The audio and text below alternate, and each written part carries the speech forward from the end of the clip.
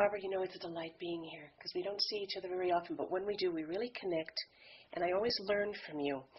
And I remember being in Korea when you gave me your book, Money is Love, Reconnecting to the Sacred Origins of Money.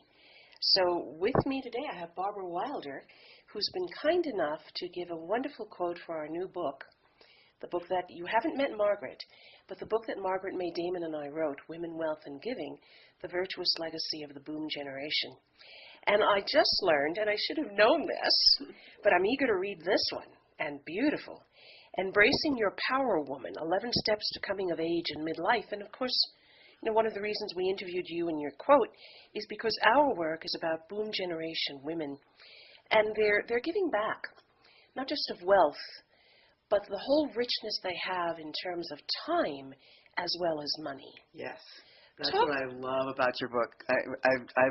Because, of course, it just spoke to me specifically because the boom generation of women is, I believe, is the greatest untapped legacy, the greatest untapped resource we have on the planet.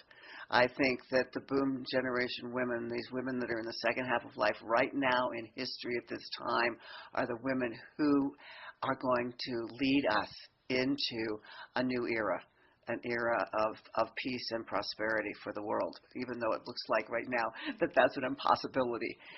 Women know that that's not an impossibility. We have an understanding deep in our hearts that we can take care of almost anything because we've done it all. You know, we raised the kids, we broke down the barriers in business and broke down the barriers that kept us from everything when we were younger women, and now why would we stop? And you remember that great song, and I'm not going to hum or sing the words, please, no. but you know my singing, but that song about I bring in the bacon, and remember that one? Yes, right. And you know, this fry it up in the pan. There we go, and honey, I can do anything and still be a woman. Right. Now, one of the things that in our research, and the book is heavily researched, as you know, that Margaret and I have looked at is that there's such a resource within that boom generation woman. Now, obviously, men as well, but our focus is women and women. And one of the barriers that we often encounter as women is that we're almost afraid of money. We're afraid to give more. We're afraid to really push ourselves to achieve as much as we can, and then in turn give that back. You talk about some of these fears. I do, because up until very recently, historically, women have not been connected with money. Everything that women have done historically has not been paid for. So only in the past 40 years have we seen women stepping into the marketplace and beginning to make money and make really good money. But because it's not part of our historical understanding, especially when women get to the second half of life, there isn't a precedent for women in the second half of life having enough. It's always about needing to be taken care of, because historically, when women reach menopause and they are no longer useful, and we no longer have worth. What our generation, this boom generation, is learning is, oh my gosh, not only do we have worth, we have a power within us that can take us to a really new level to become really great leaders. And to be a great leader, you have to be part of the marketplace. You have to be there with the money. Now, what I've written about in Money is Love, reconnecting to the sacred origins of money, is that money really was originally and still is and will always be simply energy.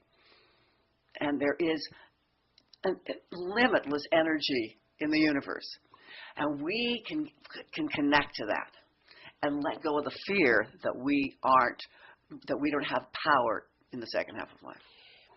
And women are, by and large, in and of themselves, very, very generous of their time, of their money. Even if they don't have the money, they're generous of their time. You know, what we've discovered is that boom generation women are the most generous on the face of the planet, as we keep using that word.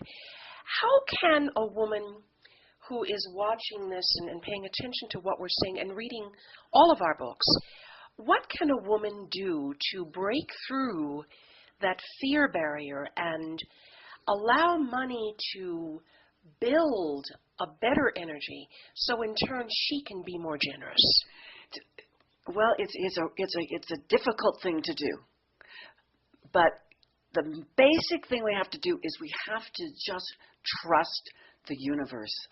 We have to trust that there's a bigger universe, that there is this constant flow of money, that it's not, that when we hold tight our fists, or anything tight in our fists, it's going to stop the flow.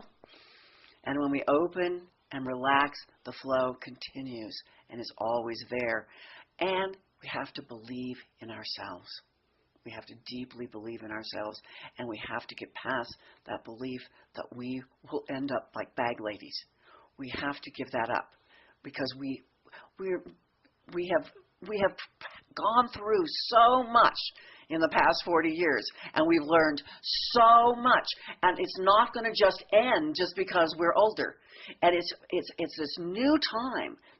The Dalai Lama just said about a month ago, he said, the Western woman is going to save the world.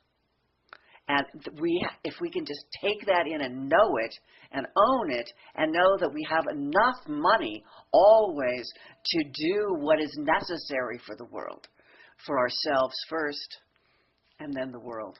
Because as older women, I believe that we always knew that there would be always enough for our children. When we were, a lot of women were single moms that always knew, no matter what, we could always make it happen for our children, And now, in the second half of life, as we become what I call power women, we always have enough for ourselves and for the world, because I think now the world becomes our children. All the children of the world. Part of what I think I hear you saying is the whole concept behind abundance. What if we're not really abundant, or we don't feel abundant? How can we approach that? We have to reach into the depths of our being and notice, just take notice of the abundance that we have around us at all times. The Talmud says that true wealth is abundance that does not create scarcity. And when we think of that, when we kind of meditate on that, what comes to be is that there is true wealth, there is true abundance all the time. And when we continue, kind of plug into that understanding, then we understand that what we're not going to lose by giving, because there's this abundance that does not create scarcity, and that's the true abundance we want to get to. And that can be quite a challenge, because economists, of course, tend to guide us toward that whole concept of scarcity. Barbara, you are so inspiring, and I want people again to remember your books. So let me read them to make sure I don't make a mistake. Okay. Because these are just beautiful, and I hope that all of you will enjoy them. Barbara Wilder, Embracing Your Power Woman. Let me repeat that. Embracing Your Power Woman. And that is quite a picture of you, girl. I love it. Thank you. And this one is the one that truly inspired me, because I haven't read the other. I'm eager to do so. And that is Money is Love. And it's truly about reconnecting to the sacred origins of money and going inside yourself so that you can be more generous and feel more abundant, and in turn manifest that to the universe. Barbara, thanks for joining us. Oh, it was a pleasure. It's always fun to be with you. It really is.